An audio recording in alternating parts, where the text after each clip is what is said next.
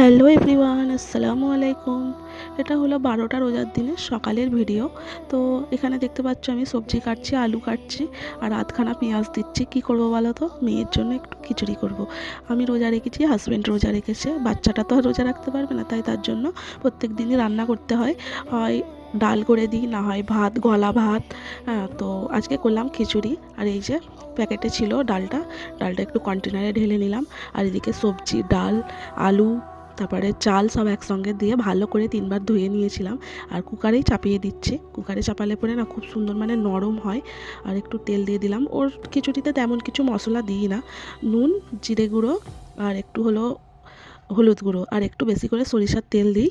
তেল দিলে আর এইভাবেই টুকটাক কাজ করে সকালটা কেটে যায়। তারপরে শুরু হয় দুপুর থেকে মানে কাজের তোড়। আর এই যে ঢাঁটা দিয়ে নিচ্ছি আর বোতলগুলোও ভরে নিয়েছি। আর এখানে মেয়েকে খাইয়ে দিলাম। ওকে বাই, পরের মিনি ব্লগে আবার দেখা হচ্ছে।